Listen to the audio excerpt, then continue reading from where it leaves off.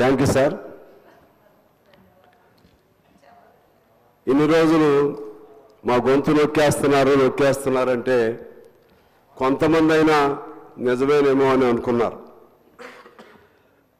10 సంవత్సరాలు ఈ తెలంగాణ ప్రజలు గొంతు నొక్కేశారు.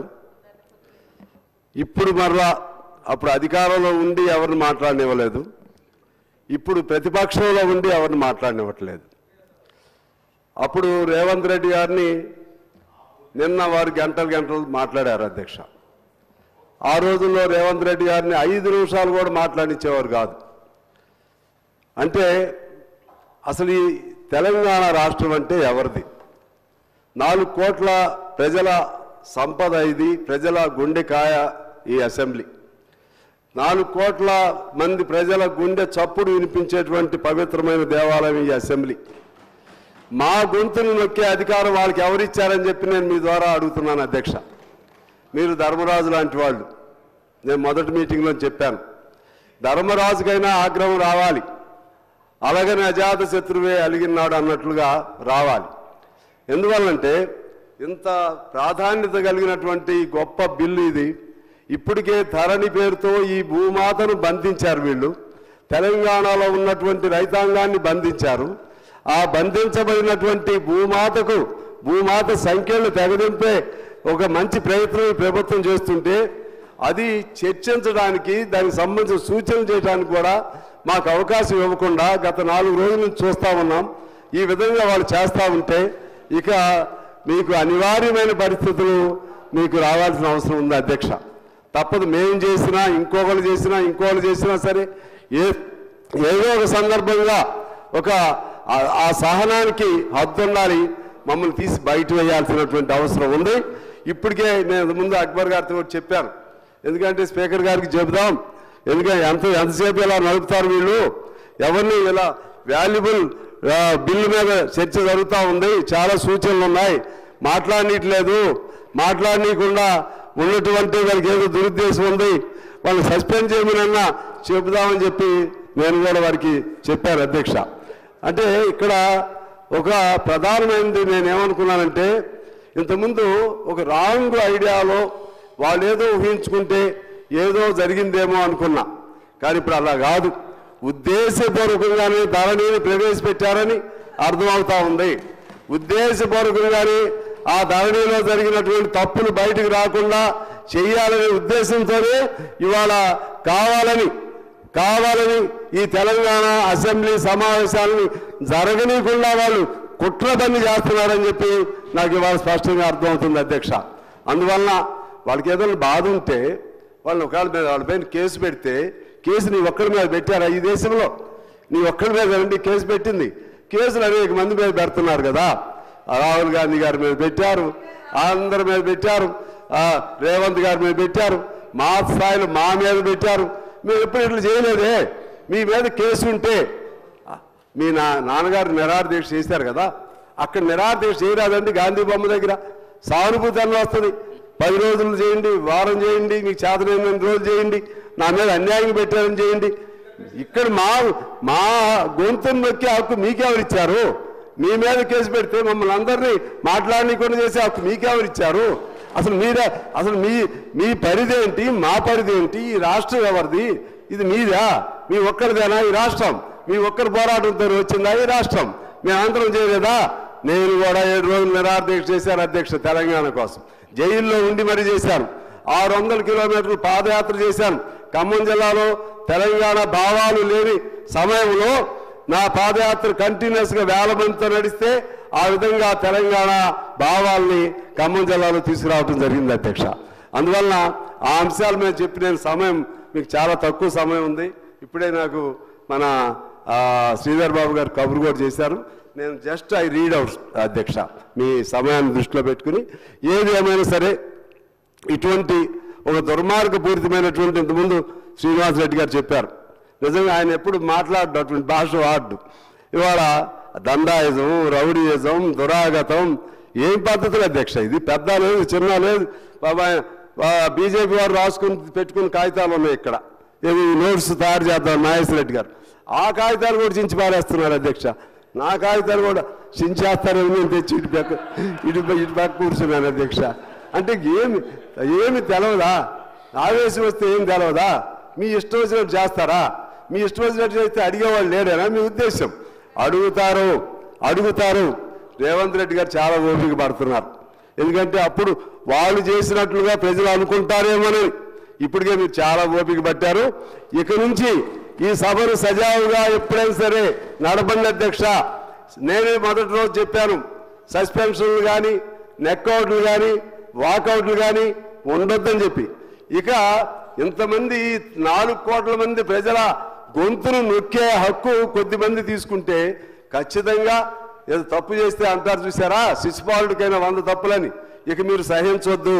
మేము గొడవ చేసినా సరే ఒక 5 నిమిషాలు నిలబడితే చేస్తాం. నీకు చేతనైతే నిలబడి నిరసన తెలియజేయండి. ఆ రోజు సిస్టర్స్ ఇద్దరు చేశారు, నిలబడ్డారు. చేయండి అట్లా. ఓపిక, నిలబడే ఓపిక లేదు. నోటికి ఏది పడితే అది, చేతికి ఏది దొరికితే అది. మంచి లేదు, చెడు లేదు, మాట్లాడే విధానం లేదు. ఇది ఏం పద్ధతి అధ్యక్ష? తెలంగాణ తెచ్చుకోండి అంటే ఉంటే మీరే ఉండాలి, మీరే పరిపాలన చేయాలి.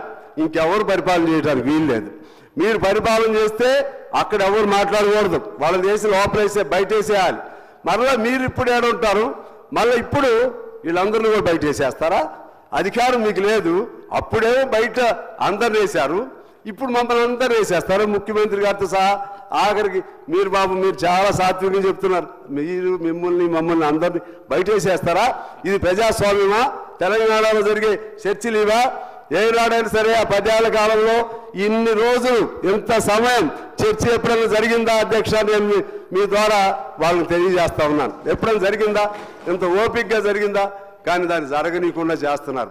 అయినా మీరు చాలా ఓపికగా అందరికి మాట్లాడే అవకాశం ఇచ్చారు. చివరిలైనా సంతోషం, మంచి జరిగింది. ఆ విధంగా దుర్మార్గం ఎక్కడున్నా సరే, దుష్టులు ఎక్కడున్నా సరే దండించడమే శ్రీకృష్ణుడు భగవద్గీతలో చెప్పారు. దయచేసి మీరు అది అమలు చేయమని నేను మిమ్మల్ని కోరుతా ఉన్నాను అధ్యక్ష. ఇక అసలు అంశానికి వస్తే అధ్యక్ష, ఈ చట్టం నిజంగా తెలంగాణకు ఒక వరప్రసాదం. మిమ్మల్ని పొగుడుతున్నాను కాదు, ముఖ్యమంత్రి గారిని మిమ్మల్ని చాలా నేను కష్టపడి చదివా. నేను ఏ చట్టం చదవాలా. నాకు వ్యవసాయం చట్టాల మీద కొద్దిగా, రైతాంగం మీద కొద్దిగా అవగాహన తక్కువ. చాలా కష్టపడ్డాను. మల్లారెడ్డి గారు అని ఉంటారు పెద్ద ఆయన దగ్గర కూర్చుని ప్రతి క్లాసు చదివాను అధ్యక్ష. పెట్టనివి కూడా మళ్ళీ ఇందులో బిల్లులో పెట్టారు. మేమేమి మీకు సూచనలు చేసాము, అమెండ్ చేసాము, అవన్నీ కూడా మీరు పెట్టారు. అందువలన ఇవాళ ఈ తెలంగాణ, ఇది ఒకనాడు తెలంగాణ భూమి కోసం జరిగిన పోరాటం జరిగిన తెలంగాణ అధ్యక్ష. ఇది ఆనాడు భూమి కోసం, భుక్తి కోసం జరిగిన తెలంగాణ ఇది. ఆ 51లో అప్పుడు మనకి విముక్తి రావడానికి సంస్థాన ఆ చట్టాలని, జమీందారీ చట్టాలని రద్దు చేసే విధంగా ఒప్పందం జరిగిన తర్వాతే ఆనాడు సాయుధ పోరాట విరమణ జరిగింది అధ్యక్ష. ఆ చట్టాలన్నీ మొన్నటి వరకు ఉన్నాయి. ఒక్కటే దెబ్బ, ఒక్క కలం పోడుతో నేను మా మిత్రుడు చెప్పినట్టుగా ఎవడో ప్రాణం ఎక్కడో ఉన్నట్లుగా, ఎవడో ప్రాణం కేసీఆర్ తన ప్రాణాన్ని సోమశేఖర్ ఆయన పేరు ఏదో ఉంది, సోమేష్ కుమార్ చేతుల్లో పెట్టేశాడు. ఆయనకి కోపం వచ్చింది, గొంతు పిసికేశాడు. ఇవాళ నేను అంటున్నా, ఇప్పటికైనా వాళ్ళకి రావాలి అధ్యక్ష. ఇవాళ మీరు గెలిచింది ఓన్లీ పట్టణాల్లో గెలిచారు, గ్రామాల్లో ఎందుకు గెలవలేదు? మీ ధరనే మిమ్మల్ని నాశనం చేసింది. ఇప్పుడైనా సరే దాన్ని బాగు చేసే సలహాలు ఇవ్వండి. ఆ విధంగా చేయలేదు. అందువలన నేను మీకు మీ ద్వారా ప్రభుత్వానికి తెలియజేసేది ఏంటంటే, ఖచ్చితంగా మళ్ళా 50 రక్షిత కౌలుదారీ చట్టం ఉంది. దాన్ని మీరు ఆబ్జెక్టివ్స్లో మెన్షన్ చేశారు, కానీ లోపల క్లాజెస్లో పెట్టలేదు. దాన్ని పునరుద్ధరణ చేయమని చెప్పి నేను మిమ్మల్ని కోరుతా ఉన్నాను. అలాగే 70 సంవత్సరాలు ఉన్న ఎస్టేట్ల రద్దు చట్టం, దాన్ని మొన్న రద్దు చేశారు. ఆ చట్టాన్ని అది తిరిగి మళ్ళీ పునరుద్ధరణ ఉంటేనే దానికి అనుగుణంగా నిజమైన సాగుదారులకి అవకాశం ఉంటుంది అధ్యక్ష. అదేవిధంగా మళ్ళా ఇప్పుడు మీరు ఆ చట్టం రద్దు చేసి కౌలుదారులు, మన కాస్తుదారుల కాలంలో మరలా కాస్తుదారుల కాలం కనపడలేదు, కానీ మీరు ఆబ్జెక్టివ్స్లో మాత్రం చెప్పారు కాస్తుదారుల కాలంలో లేకపోతే మళ్ళా కొత్త జమీందారులు పుడతారు. వారు కోరుకుంది అదే. మా రేగల్లో మనందరికీ తెలుసు, కొత్త కొత్త జమీందారులు అందరూ వచ్చారు. ఆ జమీందారులు లేకుండా ఉండాలంటే ఖచ్చితంగా సెక్షన్ని మన కాస్తుదారుల కాలం పెట్టమని కోరుతున్నాను అధ్యక్ష. అలాగే 1971 పాస్ పుస్తకాల చట్టంలోని సెక్షన్ 26ని తీసేశారు. 26 లేకుండా ఇవన్నీ మీరు పెట్టలేరు. దాన్ని అధ్యయనం చేసి ఆ సెక్షన్ని పునరుద్ధరించమని కోరుతున్నాను అధ్యక్ష. అదేవిధంగా చదివేస్తాను అధ్యక్ష, మీకు ఇబ్బంది లేకుండా. వారసత్వ భూములకు అప్పుడు రిజిస్ట్రేషన్ పెట్టారు. దాన్ని వారసత్వ భూములు రిజిస్ట్రేషన్ తీసేయమని కోరుతా ఉన్నాను. అలాగే రెవెన్యూ, తహసీల్దార్, ఆర్డీఓ అధికారులను పునరుద్ధరణ చేశారు. అందుకు మీకు ధన్యవాదాలు. అదేవిధంగా 70% మంది ఇప్పుడు కూడా సివిల్ కోర్టులో ఉన్నారు. ఆ సివిల్ కోర్టుల్లో నుంచి విముక్తి జరిగే విధంగా త్వరగా పూర్తి చేయమని మిమ్మల్ని కోరుతా ఉన్నాను. చనిపోయిన వారి పేరుతో పాస్ పుస్తకాలు ఉన్నాయి, ఆధార్ తప్పుగా ఉన్నాయి, పాస్ పుస్తకాల్లో ఫోటోలు తప్పులుగా ఉన్నాయి, పట్టాదారుల పేర్లు తప్పులుగా ఉన్నాయి, పాస్బుక్ల్లో ఒకరి భూమి ఇంకొకరికి దఖలు చేయబడి ఉంది. అదేవిధంగా విస్తీర్ణం ఎక్కువ తక్కువలు ఉన్నాయి. ఇవన్నీ కూడా మీరు సరిచేయమని నేను కోరుతా ఉన్నాను. అదేవిధంగా సెక్షన్ 3 6వ పేజీలో జాగీర్లో భాగమైన సంస్థానాలు, మక్తా, అగ్రహారాలు, అదేవిధంగా మకాసా మొదలైన వాటితో సహా జాగీర్ భూములు అన్నీ తెలంగాణ క్రమబద్ధం 135/1358 పస్సి అర్థంలో రాష్ట్రం యొక్క ఆధీనంలో ఉందని మీరు పేర్కొన్నారు. ఆ విధంగా ఉంటే ఆ భూములు అప్పుడు అమ్ముకున్నారు. జాగీర్దార్ భూములు కాగితాల మీద అమ్మారు, లేకపోతే వేరేగా మన భూ సంస్కరణ కింద అమ్మారు. మీరు అది అలాగే ఉంటుందని అన్నారు తప్పితే దానిలో సాగుదారులకి ఆ భూములను యథాతథంగా ఇవ్వటం అనేది ఇవ్వబడతాయి అని చెప్పి రాయలేదు. అలా రాయకపోతే వేలాది మంది నష్టం జరిగింది అధ్యక్ష. అది మీ ద్వారా మా మంత్రి గారిని కోరుతున్నాను. అది అందువలన జాగీర్ భూములు 1945 చట్టం రద్దు తర్వాత రైతులకి అసైన్ కూడా చేశారు. ఆ అసైన్ చేసినటువంటి భూములకు కూడా పాస్ పుస్తకాలు ఇవ్వాలి. 40 తర్వాత కొన్ని అసైన్ చేశారు, అవి కూడా ఇప్పుడు లేవు. అదేవిధంగా ఇనాములు రద్దు చేసి వాస్తవ సాగుదారుల పేరుతో వారికి పట్టాలు ఇవ్వమని కోరుతున్నాము. ఇనాముల రద్దు చట్టం 1950 తర్వాత నేటికి ఇనాములు రద్దు చేసి చాలా చోట్ల పట్టాలు ఇవ్వలేదు. పాస్ పుస్తకాలు ఇస్తే రైతుల భూమిపై పూర్తి హక్కు వస్తుంది. అదేవిధంగా దేవాలయ భూములు, వక్ భూములు సాగు చేసుకుంటున్న వారి పేర్లను కాస్తు కాలంలో పెట్టమని చెప్పి మిమ్మల్ని కోరుతా ఉన్నాం. 2014 పూర్వం ఉంది. అదేవిధంగా అంబసత్రం లాంటి మన జిల్లాలో ఉన్నాయి మంత్రి గారు. వాళ్ళందరికీ కూడా ఇంతవరకు రుణ సౌకర్యం లేకుండా, ఎటువంటి ప్రభుత్వ పథకాలు లేకుండా ఆ విధంగా ఈ 10 ఏళ్ళ నుంచి ఇబ్బంది పడ్డారు. వాళ్ళందరినీ కూడా పేర్లు ఎక్కించమని కోరుతూ వాళ్ళకి అవసరం అనుకుంటే రుణ గుర్తింపు కార్డులు ఇవ్వాలని చెప్పి నేను మిమ్మల్ని కోరుతా ఉన్నాను. రుణ గుర్తింపు కార్డులు ఇస్తే అసలు వాళ్ళకి, హక్కుదారులకు ఎవరికి ఇబ్బంది ఉండదు. వీళ్ళకి ఏదైనా ప్రభుత్వ పథకం వచ్చినప్పుడు వాళ్ళు దాన్ని ఉపయోగించుకోవడానికి వీలుంటుందని చెప్తూ వీటికి అనుగుణంగా సెక్షన్ 3ని సవరించాలని నేను కోరుతా ఉన్నాను. సెక్షన్ 4A 7వ పేజీలో ఉంది. భూముల యొక్క యజమానులు, పట్టాదారులు మరియు తనఖాదారులైన వ్యక్తుల పేర్లు అని అన్నారు. అందులో కూడా సాగుదారులను గుర్తించి వారి హక్కులు కాపాడే విధంగా వారి పేర్లు ప్రత్యేక కాలం ద్వారా నమోదు చేయమని నేను మిమ్మల్ని కోరుతున్నాను. సెక్షన్ 4Aలో కూడా వాస్తవ సాగుదారులు ఎక్కడ మెన్షన్ కాలేదు, అది చేయమని మిమ్మల్ని కోరుతున్నాను. అలాగే తెలంగాణలో భూములను కొనుగోలు చేసిన రిజిస్ట్రేషన్ లేని కారణంతో అమాయక రైతులు వేలాది మంది ఇప్పుడు కూడా ఉన్నారు. ఈ సెక్షన్ మీరు కానీ అది క్లాజ్ క్లియర్గా పెట్టకపోతే రిజిస్టర్ కానటువంటి వేలాది మంది నష్టపోతారు. కాబట్టి దాన్ని సరిచేయమని చెప్పి నేను మిమ్మల్ని కోరుతా ఉన్నాను. అదేవిధంగా చిన్న లేక సన్నకారు రైతులు జూన్ 14, 2వ తేదీకి ముందు క్రయ విక్రయాలు జరిపి ఉంటే సాగులో ఉన్నవారు 12/10/2020 నుంచి 10/11/2020 వరకు దరఖాస్తు పెట్టుకుంటే సాదా బైనామాలు అంగీకరిస్తామని చెప్పారు అధ్యక్ష. నేను మీ ద్వారా ప్రభుత్వాన్ని కోరుతున్నాను, ఆ సాదా బైనామాల కాలాన్ని కాంగ్రెస్ ప్రభుత్వం మొన్న అధికారంలోకి వచ్చిన తారీఖు వరకు దాన్ని ఎక్స్టెండ్ చేయమని మిమ్మల్ని కోరుతున్నాను. సాదా బైనామాలది, ఎందుకంటే ఏదో ఒక సింబల్ ఉండాలి, మీకు గుర్తుంటూ ఉండాలి. ఆ విధంగా చేయమని కోరుతున్నాను. అలాగే సెక్షన్ 10 13వ పేజీలో తహసీల్దార్ లేక అధికార విధిపైన ఎవరైనా ఇతర అధికార హక్కుల్లో హక్కుల రికార్డుల్లో పేర్లు నమోదైన వ్యక్తులందరికీ పట్టాదారు పాస్ పుస్తక సహిత హక్కు పత్రములు ఇవ్వవలనని రాశారు. ఇక్కడ కూడా కాస్తు కాలం ప్రస్తావన రాలేదు. ఇక్కడ కూడా వాస్తవ సాగుదారులు ప్రస్తావన రాలేదు. దాన్ని కూడా మిమ్మల్ని సరిచేయమని కోరుతా ఉన్నాను అధ్యక్ష. అలాగే 48 నుంచి ఆ తర్వాత భూములు కొనుగోలు చేసి లేక అసైన్ చేయబడిన కాస్తులో ఉన్నటువంటి వాస్తవ సాగుదారులను కూడా 2014 ముందు లాగా అసైన్ చేసి ఉన్నారు, కానీ ఆ పేర్లు కూడా రద్దయినాయి. అదేవిధంగా అసైన్మెంట్లో చిన్న రైతులు అంటే ఒకరి నుంచి ఒకరు కొనుక్కునే వాళ్ళు ఉన్నారు. 5 ఎకరాల లోపు ఉన్నటువంటి వాళ్ళకి అవకాశం ఇవ్వమని నేను కోరుతున్నా. పెద్ద రైతులు ఎవరైనా అసైన్మెంట్ భూములు కొంటే మీరు వెనక్కి తీసేసుకోండి, ఆ విధంగా చేయమని చెప్పి నేను కోరుతా ఉన్నాను అధ్యక్ష. అదేవిధంగా అయిపోయింది అధ్యక్ష, తొందరగా చదివేస్తున్నాను. అలాగే అసైన్మెంట్ సంబంధించినటువంటి ప్రస్తావన మీరు ఎయిమ్స్ అండ్ ఆబ్జెక్టివ్స్లో పెట్టారు తప్పితే క్లాజులో ఎక్కడ కూడా కనపడలేదు. దాని మీద కూడా క్లారిటీ ఉండాలని చెప్పి నేను మిమ్మల్ని కోరుతున్నాను. 2017 డిసెంబర్ 31 లోపు ఎవరైతే పేదలు కొనుగోలు చేశారో వారికి 2018 మార్చి అసైన్మెంట్లో సవరణ ప్రకారం హక్కు కల్పించాలి.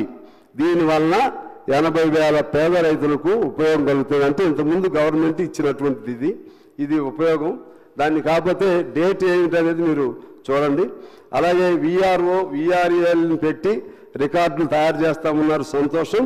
ఆ తయారు చేసేటువంటి ఆ భూములు వ్యవసాయ భూములకు ఒక లిస్ట్ ఉండాలి, వ్యవసాయేతర భూములకు ఒక లిస్ట్ ఉంచాలి అని మిమ్మల్ని కోరుతున్నాను. ఎందుకంటే 1,63,00,000 ఎకరాలు టోటల్గా ఉంటే అందులో 45 లక్షల ఎకరాలు నాన్ అగ్రికల్చరల్ భూములు ఉన్నాయి.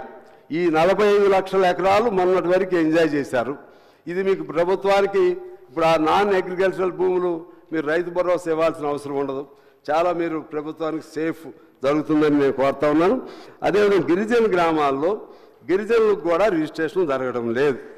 అందువలన అది ఎలా చేయాలో మీరు ఒకసారి ఆలోచన చేయండి. సీతక్ గారికి కూడా తెలుసు, గిరిజన గ్రామాల్లో కూడా గిరిజనులకి రిజిస్ట్రేషన్ జరగట్లేదు.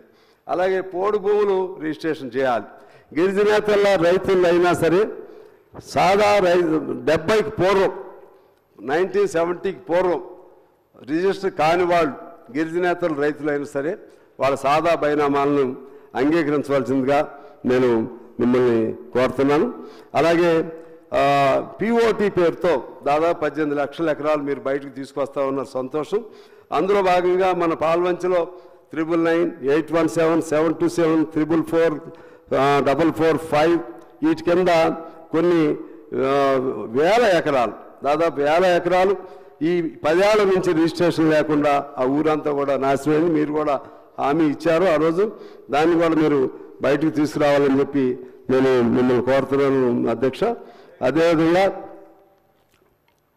ఎల్ఆర్ఎస్ బీఆర్ఎస్ని కూడా త్వరితగతిన అప్రూవల్ అయ్యే విధంగా చేయాలని కోరుతా ఉన్నాను. అలాగే ఈ సర్వేకి సంబంధించి ఇంతకుముందు అక్బర్ గారు చెప్పినట్లుగా మన సర్వే ఎప్పుడో 1940లో జరిగింది అధ్యక్ష. ఆనాడు నిజాం నవాబుల కాలంలో జరిగింది అధ్యక్ష. అప్పటి నుంచి ఇంతవరకు సర్వే జరగలేదు. మీరు డ్రోన్ ద్వారా సర్వే చేస్తూ ఉంటున్నారు, సంతోషం. నిజామాబాద్లో శాటిలైట్ ద్వారా చేశారు, ఫెయిల్ అయిందని అంటున్నారు. అందువలన డ్రోన్ ద్వారా చేయించండి, మాన్యువల్గా కూడా సర్వే చేయించండి. మాన్యువల్గా సర్వే ఇదంతా చేయాలంటే చాలా టైం పడుతుంది. ఇప్పటికే చాలా అక్రమాలు జరిగి ఉన్నాయి, చాలా టైం పడుతుంది. కాబట్టి ఇప్పుడు మనం 2014 ముందు ఉన్నటువంటి పుస్తకాలను యథాతథంగా అలో చేసి ఇప్పుడు ఈ కొత్త సర్వే ప్రకారం ఏమైనా జరిగి ఉంటే దాని ప్రకారంగా సరి చేయమని నేను మిమ్మల్ని కోరుతున్నాను. ఇదంతా సరి అయ్యే వరకేనా అనేసరికి మళ్ళీ ఎంతకాలం పడుతుందో కూడా మీకు తెలియదు. అందువలన అదొకటి గమనించమని కోరుతున్నాను అధ్యక్ష. అలాగే కౌలు రైతుల చట్టం 2011 గురించి పొందుపరచలేదు. ఇది ఆనాటి కాంగ్రెస్ ప్రభుత్వమే తెచ్చిన చట్టం. అది 2011 చట్టాన్ని గత కాంగ్రెస్ ప్రభుత్వం తీసుకొచ్చింది. దాన్ని పొందుపరిచి కౌలు రైతులకు కూడా హక్కులు ఉండే విధంగా మీరు చర్యలు తీసుకోవాలని చెప్పి నేను మిమ్మల్ని కోరుతున్నాను. అంటే పట్టేదారులకు ఇబ్బంది ఉండొద్దు. కౌలు రైతులు చాలామంది మేధావులు ఉన్నారు, కోదండరెడ్డి గారు వాళ్ళందరికీ కూడా తెలుసు. అది వాళ్ళని పిలిచి వీళ్ళకి కూడా వాళ్ళ పంటలు పోయినా లేకపోతే ఇంకోటైనా నష్టపరిహారం వచ్చే విధంగా ఆ విధంగా చేయాలని చెప్పి నేను మిమ్మల్ని కోరుతున్నాను. అదేవిధంగా అసైన్డ్ భూములకు సంబంధించి క్రయ విక్రయాలు రెగ్యులైజ్ చేయడానికి 2018 ఇంతకుముందు చెప్పాను మీకు. ఈ విధంగా అన్ని కవర్ అయినాయా? ఓకే. అలాగే అధ్యక్ష, విఆర్ఓలు పరీక్ష పెట్టాలని అంటున్నారు. ఎందుకంటే చాలా ఏళ్ళు పనిచేసిన వాళ్ళు ఇప్పుడు పరీక్ష అంటే మరలా కష్టం అవుతుంది. కాబట్టి విఆర్ఓలకి పరీక్ష వాళ్ళ అనుభవం చాలా అనుభవం. విఆర్ఓలని మీకు తెలుసు, పాత పట్వారీలు వాళ్ళు, అందువలన వాళ్ళని సర్వీస్లో ఉపయోగించుకోమని కోరుతున్నాను. విఆర్ఏలు 61 సంవత్సరాలు దాటిన పేరుతో వాళ్ళ పిల్లలకి ఎవరికి లేకపోవటం వలన 3700 మంది రోడ్డును పడ్డారు. వాళ్ళు కూడా అవకాశం ఏమని చెప్పి నేను కోరుతా ఉన్నాను. అలాగే ఎలక్షన్ అయిన వెంటనే మామూలుగా ఎలక్షన్ ట్రాన్స్ఫర్స్ ఉంటాయి అధ్యక్ష, మీకు కూడా మీ దృష్టికి కూడా తీసుకొచ్చామన్నారు. 14 నెలలు అయింది. ఎంఆర్ఓలు ఎండిఓలు ఎవరు ఎక్కడాళ్ళు అక్కడే ఉన్నారు తప్పితే వాళ్ళ యథాతథ స్థానాలకు వెళ్ళలేదు. అదొకటి చూడవలసింది కోరుతున్నాం. అదేవిధంగా బంచిరాయి, అటవీ, ప్రభుత్వ భూములు, సీలింగు, అసైన్మెంటు వీటన్నిటిని అంచనా వేసి పట్టాలు ఇవ్వాల్సిన అవసరం ఉందని మిమ్మల్ని కోరుతున్నాను. ఎందుకంటే వైఎస్ రాజశేఖర రెడ్డి గారి కాలంలో 7 లక్షల ఎకరాలు 6 విడతలుగా పట్టాలు ఇచ్చారు. 7 లక్షల ఎకరాలకి. మరలా ఇప్పుడు మీరు ఈ 10 ఏళ్ల కాలంలో 1 ఎకరం కూడా ఇవ్వలేదు. అందువల్ల సీలింగ్ మళ్ళీ ఒకసారి చెప్తున్నా, బంచిరాయి, అటవీ, ప్రభుత్వ భూములు ఇవి ఎవరి కింద ఉంటే వాళ్ళకి, పేదవాళ్లకు మీరు పట్టాలు ఇవ్వాలని చెప్పి మిమ్మల్ని అధ్యక్షుల ద్వారా మిమ్మల్ని కోరుతా ఉన్నాను. అదేవిధంగా కోనేరు రంగారావు కమిటీ సిఫార్సుల్ని అమలు చేయటానికి ప్రయత్నం చేస్తున్నట్టుగా ఏమి మెన్షన్ చేయలేదు. కోనేరు రంగారావు సిఫార్సులు కూడా చాలా వాల్యుబుల్ సిఫార్సు ఉన్నాయి. వాటిని కూడా మీరు కవర్ చేయాలని చెప్పి కోరుతూ ఆఖరిగా ఒక మాట చెప్పి నేను సెలవు తీసుకుంటాను అధ్యక్ష.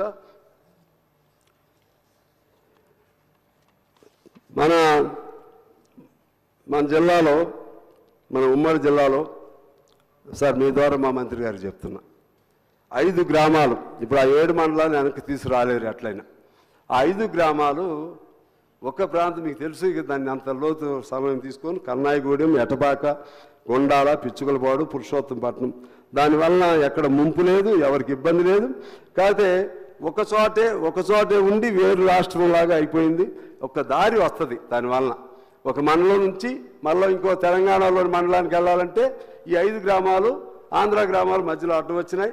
మీరు మన ముఖ్యమంత్రి గారిని కోరుతున్నాను, ఆ ముఖ్యమంత్రి గారితో మీరు మాట్లాడి దాన్ని ఎలా పద్ధతుల్లో దాన్ని సెటిల్ చేయవలసిందిగా నేను కోరుతున్నాను. ఖచ్చితంగా వారు కూడా ఒప్పుకుంటారని నేను భావిస్తూ ఉన్నాను అధ్యక్ష.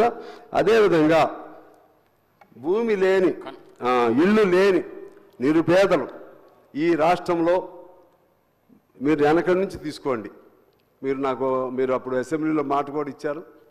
అటు దేవాలయ భూములు, ఇప్పుడు ఈ పేదవాళ్ళు లేకపోతే నిన్న శ్రీధర్ బాబు గారు కూడా చెప్పారు, అంజయ్ నగర్, అలాగే మన జనార్దన్ రెడ్డి నగర్, ఆ విధంగా మా చాలామంది గిరినగర్ అని ఆ పేరు ఈ పేరుతో మగ్దుమ్ నగర్ అని కొన్ని వందల కాలనీలు కమ్యూనిస్ట్ పార్టీ ఆధ్వర్యంలో వేయటం జరిగింది ఇక్కడ సిటీలో, వరంగల్లో, అదేవిధంగా చేవెళ్లలో, అలాగే మేడ్చల్లో, రాష్ట్రంలో అన్ని చోట్ల. మేమే కాదు, ఎంఎల్ పార్టీ వాళ్ళు వేయించారు, సిపిఎం వాళ్ళు వేయించారు అధ్యక్ష. ఎవరికి ఇబ్బంది లేకుండా, మీకు పైసా ఖర్చు లేకుండా వాళ్ళు ఉంటున్న వాటికి మీరు ఆల్రెడీ 58, 59 ఏదో ఉంది, అవి ఆపేశారు, హోల్డ్లో పెట్టారు.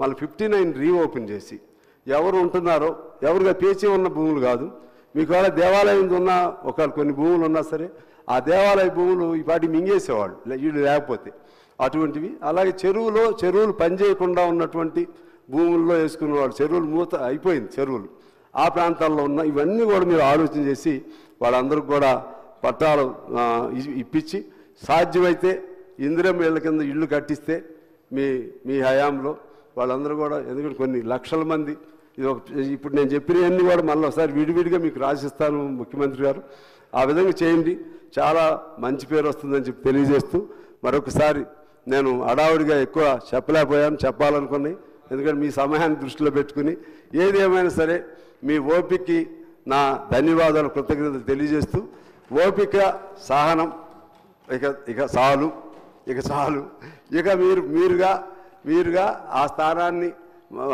మళ్ళా మీరు స్పీకర్గా ప్రవర్తించి తెలంగాణ ప్రజలకు న్యాయం చేసే విధంగా ఎవరు అక్రమంగా అన్యాయంగా అల్లరి చేసినా సరే ఫ్యాషన్ ఇది విద్యార్థుల వాళ్ళు కాగితాలు ఏంటి అధ్యక్ష అది చూస్తుంటే బాధేస్తుంది కాగితాలు చించడేంటి మీద వేయటం మీ మీద వేయటానికి ప్రయత్నం చేయటం ఏంటి అటు మధ్యలో వచ్చి మంత్రి గారి దగ్గరికి రావడం ఆయన మీద దాడి చేయడానికి ప్రయత్నం చేయటం ఏంటి మధ్యలో సందుల్లో నుంచి దాటి హరీష్ రావు గారు సందుల్లో నుంచి దాటి అప్పుడెప్పుడు తెలంగాణ ఉద్యమం అప్పుడు చూసాం తెలంగాణ అప్పుడు గవర్నర్ అది ఇప్పుడు పరాయి పాలన ఉందా లేదా ఎవరు ఉంది ఇంత ఈ అన్యాయమైన పద్ధతులు మేమైతే ఐఎమ్ టోటల్లీ ఫెడప్ సార్ మీరు కైండ్లీ ఇక్కడి నుంచి జాగ్రత్తగా ఉండమని కోరుతూ మీ అందరికీ హృదయపూర్వక నమస్కారాలు. గౌరవ ముఖ్యమంత్రి గారు